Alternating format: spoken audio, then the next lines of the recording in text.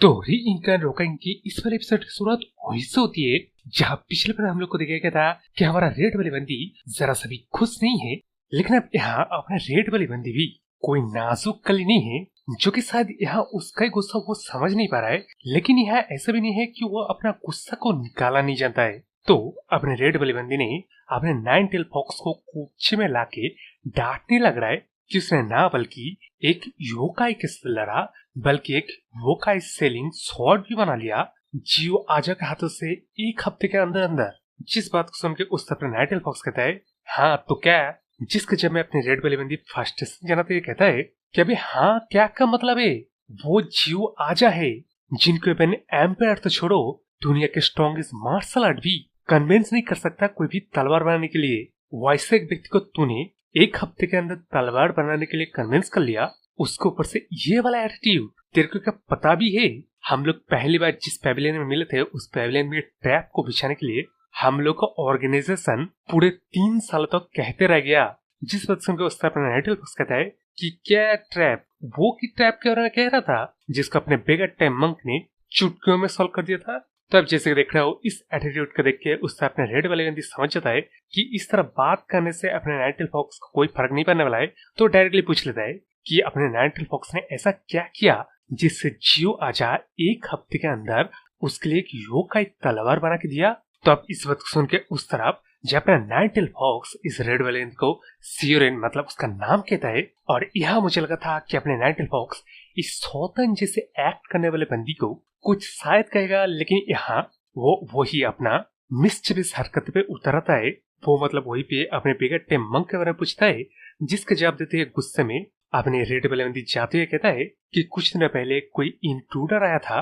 जिसकी वजह से फॉर्मेशन एक्टिवेट हो गया था, तो वो इसी बारे में छानबीन कर रहा है। लेकिन अब इस तरफ अपने नाइटल फॉक्स की तरफ आते हैं जो कि अपने इस रेड वाले बंदी के जाने के बाद कहता है कि अगर मित्र का अगर सच बोल दूं ना तब तू मेरे ऊपर विश्वास नहीं करेगा। तो अब इस सीन के बाद हम लोग हमारे बिगर टाइम मंक को देखे जाता है जो कि गुस्सा करते अपने फॉर्मेशन को फिक्स करते, मतलब कोई कहने लगता है बातें वगैरह। लेकिन अब वहां से सब टके हम लोग हमारे नाइटल फॉक्स के फादर और इस वाले बंदे की मीटिंग को देखा जाता है जिसमें यार वो अपना ये येलो वाला बंदा फॉरबिडन वेयर हाउस में जाते वक्त फॉर्मेशन को एक्टिवेट किया था। और इसके एटीट्यूड को देख रहे हो इस बारे में बोलते हुए किस तरह मतलब जाहिर कर रहा है कि ये फॉर्मेशन लगाना उन लोगों का ही फॉल्ट है। जिसके बारे में अपने नाइटल फॉक्स के फादर भी कहता है कि आपको किसने किसी फॉरबिडन वेयर हाउस में जाने के लिए कहा था। उस जगह को फॉरबिडन इसलिए कहा जाता है क्योंकि वहां पर कोई गलती से चला ना जाए। लेकिन इन सारे बातों को पूरी तरह से इग्नोर करके अपना येलो वाला बंदा कहने लगता है कि जिस बंदे ने फॉर्मेशन लगाया ना वो एक नंबर का नेस्टी आदमी है, अगर क्या होता मैं मर जाता तो। उसके ऊपर से वो बंदा कहने लग रहा है कि मुझे फॉर्मेशन एक्टिवेट नहीं करना चाहिए था। तो जैसे कि दिख रहे हो ये वाला बंदा कोई एक बिग शॉट है जिसका कोई अच्छा इरादा मुझे तो नहीं लग रहा है। लेकिन हम आगे यहाँ जब अपने नाइटल फॉक्स का फादर इससे पूछता है कि उसने उन लोगों को बिना बताए यहाँ आया क्यों, जिसका जवाब में अपने येलो वाला बंदा कहता है कि अच्छा हाँ वो कुछ दिन पहले मैंने आपको एक बिजनेस की प्रपोजल के बारे में कहा था, उस प्रपोजल को लेके आप इंटरेस्टेड भी नजर आ रहे थे, तो मैं उसी चीज कर में आंसर जानने के लिए आया हूँ। जिस बात सुनकर उस तरफ हमारा नाइटल फॉक्स का फादर कहता है कि वो अभी भी प्रपोजल को रिव्यू ही कर रहा है। जैसे कि आप मेरे बारे में अच्छी तरीके से जानते हैं, मेरे को अगर कहा जाए कि मैं ओवरली कॉशियस बंदा हूँ तब भी कोई गलत चीज नहीं कहा जाएगा। तो अब इस बात सुन के अपना येलो वाला बंदा कहने लगता है कि अपन द हॉर्न बीन यू, मेरा कोई बिजनेस प्रपोजल के बारे में वो भी कॉशियसली रिव्यू किया जा रहा है। मेरे ख्याल से तो कोई रिव्यू होना ही नहीं चाहिए था अगर मैं किसी बिजनेस के बारे में प्रपोजल दूं तो अब इस बात सुन के उस अपना नाइटल फॉक्स का फादर कहता है कि हम लोग इतने सालों से बिजनेस कर रहे हैं, इससे मैं ये चीज तो अंदाजा आपके बारे में लगा चुका हूँ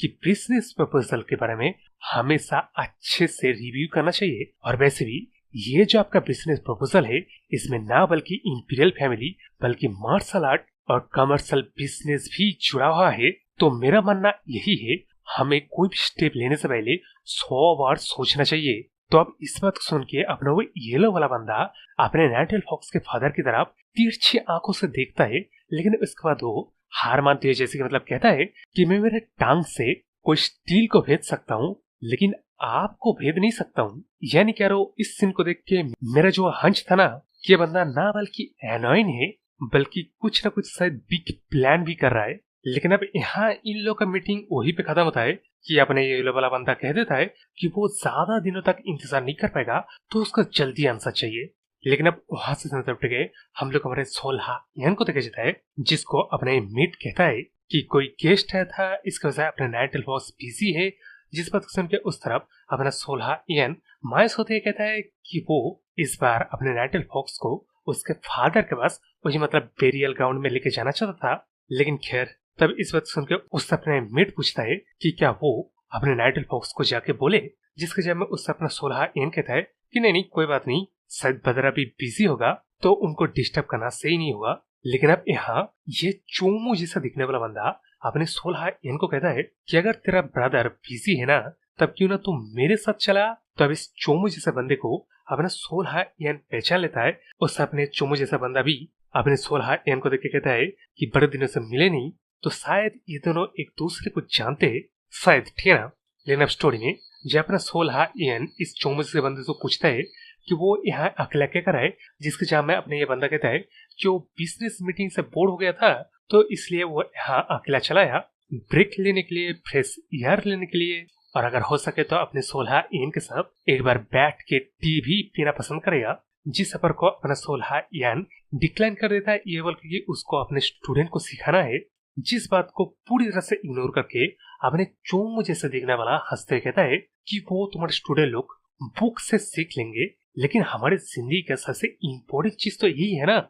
कि एक आदमी एक औरत को जाने, एक दूसरे की नजदीकियों को दूर करे। मेरा मानना है ये स्टडी लाइफ का सबसे इम्पोर्टेंट स्टडी है। जो बात पूरा हुआ और उसके मुंह पे इंस्टेंटेनियसली एक थप्पड़ पड़ गया, जिस थप्पड़ को अपने नाइटी बॉक्स ने कस के दिया था, और उसके बाद एक एकदम सही सा बात करता है कि अबे हरामजादे के बच्चे, तेरे के कोई ब्रोथल लग रहा है क्या जो तू मैन एंड वुमेन की नजदीकियां दूर करेगा। लेकिन अब वहां से सेंस टके हम लोग हमारे नाइटल फॉक्स के फादर और उस येलो वाले बंदे को दिखाया जाता है, जिसका अपने नाइटल फॉक्स का फादर पूछता है कि वो कब तक यहाँ रहने की प्लान कर रहा है। जिसके जवाब में अपना येलो वाला बंदा कहता है कि जब तक उसे आंसर नहीं मिल जाता तब तक वो यहीं पे वेट करेगा। तो अब इस बात सुन के उससे अपने नाइटल फॉक्स का फादर अपने सर्वेंट को कहता है कि इनको कोई अनकंफर्टेबल फील ना हो, एक सहाय का इंतजाम कर दो। तो इस बात सुन के अपना सर्वेंट येलो वाले बंदे को पोलाइटली लेके जाता है। लेकिन अब वहां से सनसपटे गए हम लोग नाइटल फॉक्स के फादर के फेस को देखा जाता है, जो कि जरा सा भी फ्रेंडली नहीं दिख रहा था। यानी कि अपने नाइटल फॉक्स का फादर को भी अच्छी तरह से पता है कि सलाह इन लोगों का इंटेंशन कोई अच्छा इंटेंशन नहीं है। लेकिन अब यहाँ से सनसपटे गए हम लोग हमारे वो येलो वाले बंदे को देखा जाता है, जिसको सन को वो चामाट पड़ने के बाद गाल सूजे हुए देख के कहता है अच्छा तेरे को मार पड़ी हाँ। जिसके जब में रोते हुए अपना चोमू जैसा बंदा कहने लगता है कि फादर मैं क्या सच में सोल्हा इयन की लाइन मारूंगा, अबे उससे कई ज्यादा एक्टिव की लड़कियां मेरे को मिल जाएगा, उसकी हिम्मत कैसे हुई। तो अब इस बात को सुन के उस अपने येलो वाला बंदा, मैंने सोचा था कि वो गुस्से में आके अपने नाइटल फॉक्स से बदला लेने आएगा, लेकिन उस तरफ क्या अपना येलो वाला बंदा भी सेम बात करता है कि अगर तेरे को औरत चाहिए था तब तो ब्रोथल में जाता ना, तो क्या हरामजादे के बच्चे भूल गया हम लोग यहाँ किस लिए आए हैं, हम लोग को इस बिजनेस में चियानहाजिन मर्चेंट ग्रुप क्यों चाहिए, तो क्या अपने ईगो के चक्कर में सब कुछ रुइन करने पे उतरा हुआ है। यारो जैसे कि मैंने बोला इस बंदे का कोई अच्छा इरादा नहीं है अपने नाइटल बॉक्स के पूरे पूरे मर्चेंट ग्रुप के साथ, इवन उस बिजनेस में इंपीरियल फैमिली के साथ मार्शल आर्ट वर्ल्ड भी इन्वॉल्व है। तो इस बिजनेस प्रपोजल का मास्टरमाइंड कोई बेहद ही खतरनाक वाला बंदा होगा, जिसके बारे में अभी हम लोग को थोड़ा बहुत हिंट तो है कि कौन हो सकता है। जैसे कि अपने वो ब्लैक स्मिथ के साथ जो बंदे लोग ट्रबल कसिंग कर रहे थे ना, जिनको वो और कुछ मंथ तक होल्ड करके रखेगा, शायद वो बंदे लोग का ग्रुप हो सकता है शायद। लेकिन अब स्टोरी में हम लोग हमारे नाइटल फॉक्स के फादर और उसके trusted right hand man gym को दिखाया जाता है, जो कि वो ही बिजनेस प्रपोजल को रिव्यू कर रहा है, जिसमें यारो इन लोगों ने किसी तरह सॉल्ट और गन पाउडर को लीगलाइज तरीके से ट्रांसपोर्ट करने का तरीका ढूंढ लिया है, जिसके बारे में कोई भी थोड़ा बहुत दिमाग रखने वाला बंदा समझ जाएगा कि ये लोग किस तरह गन पाउडर को लीगली ट्रांसपोर्ट करेगा, क्योंकि उन लोगों ने ऑब्वियसली इंपीरियल फैमिली में ये सब परमिशन देने वाले बंदे को घूस वगैरह दिया है, जो कि रिस्की है। और इन लोग का अपने चियानहाजिन मर्चेंट ग्रुप को इन्वॉल्व करने का यही मतलब है कि अगर कुछ भी गलत हो ना, तब रिस्क ये दोनों एक साथ शेयर करेंगे। तो अब इस बिजनेस प्रपोजल का जो हेड अभी दिख रहा है वो प्रॉस्पेरिटी क्लैन का वो येलो वाला बंदा है शायद, जिसने की ग्रीन किंग यानी कि बैंडेड ग्रुप के एसोसिएशन को ऑब्जर्व करने के बाद खड़ा हुआ है। अब किस तरह ये न्यू क्लैन एक राइजिंग क्लैन बना आप लोगों को बताने की जरूरत नहीं है। इस तरह नाइट फॉक्स ने उस आयरन किंग को मार डाला, जिसके बाद कैश का फायदा उठाते हैं ये लोग ऑब्जर्व करके अपने आप को एक उभरते हुआ क्लैन बनाया जो कि यार गन पाउडर के बिजनेस में इन्वॉल्व है। तो अब इन सारे इन्फॉर्मेशन को अपने रेड वाले बंदी के इन्फॉर्मेशन इकट्ठा करने वाले ऑर्गेनाइजेशन ने दिया है, और ये भी इन्फॉर्मेशन दिया है कि ऐसा लग रहा है इन लोगों को कोई एक बिग शॉट बैकर कर रहा है, जिस कारण में सुन के अपने नाइट फॉक्स का फादर कहता है कि शायद गोल्डन मैनर के मैनर मास्टर को भी मैनिपुलेट किया जा रहा है, या नहीं तो वो खुद ही इसमें इन्वॉल्व है, जो कि अपने नाइट फॉक्स का फादर है तभी मतलब स्पॉट ऑन है। लेकिन अब यहाँ इन भारी भारी बातों को तोड़ते हुए उस अपने नाइट फॉक्स सोल्हा इयन के साथ आ जाता है, जो कि मतलब अपने फादर को रिपोर्ट देता है कि उसने एक गोल्डन मैनर के पीक को मारा है, जिसका क्या कॉन्सिक्वेंसेस है ये हम लोग को दिखाई नहीं जाता। तो इसलिए वहां से सेंस उठ गए हम लोग हमारे बिगड़ते मंक को दिखाई जाते हैं, जो कि एकदम हैरान है। वो वही बात पूछता है कि किस तरह अपने नाइट फॉक्स ने योकाई शॉट जियो आजा से बनवाया है, जिसका जवाब में अपने नाइट फॉक्स वही कहता है कि किसे पता हम लोग का कहाँ फिर से वोकाई के साथ हमला हो जाए, इसलिए मैंने बना लिया। लेकिन अब इस जवाब को पाके उस अपने बिगड़ते मंक एकदम ही सही स्पॉट ऑन बात करता है, जिसमें वही वो पूछता है कि अच्छा तभी मैं क्यूरियस था कि अपना नाइट फॉक्स क्यों उस ह्यूमन फेस स्पाइडर का फैंग और पॉइजन सैक और बीड वगैरह को ले रहा है। लेकिन मैं इस चीज कर में काफी क्यूरियस हूँ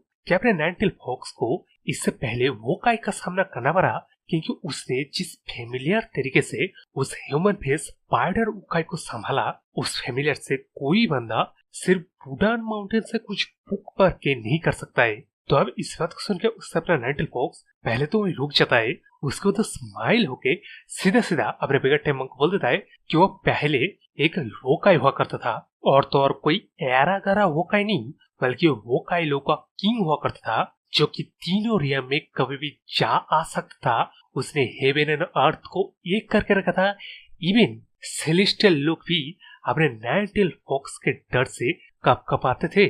जो एक नंबर का सच्ची सच्ची स्पीच खत्म हो जाने के बाद उससे अपना बिगड़ते मंक सुन के पहले थोड़ी देर चुप रहता है, उसके बाद वो जोर जोर से हंसने लगता है। अपने हंसने को रोक नहीं पाता, उसके साथ साथ ही वो कहने लगता है कि सीनियर ब्रदर, मुझे आपकी सीरियसनेस को देख के ऐसा लगा ना कि अब मुझसे कोई टेस्ट ले रहा है, आप मतलब कोई मुझे यहाँ सच बताने वाले। लेकिन वोकाई लोग का किंग जिसके सामने सेलेस्टियल लोग भी डरते हैं, अब यार कोई अच्छा वाला स्टोरी लाके दो, नहीं तो ऐसी बात करो ही मत। आप शायद समझ नहीं रहे हो ये कितना रिडिकुलस स्टोरी है। तो अब ऐसी रिएक्शन पाके उसने अपने नाइट फॉक्स पे लाइक,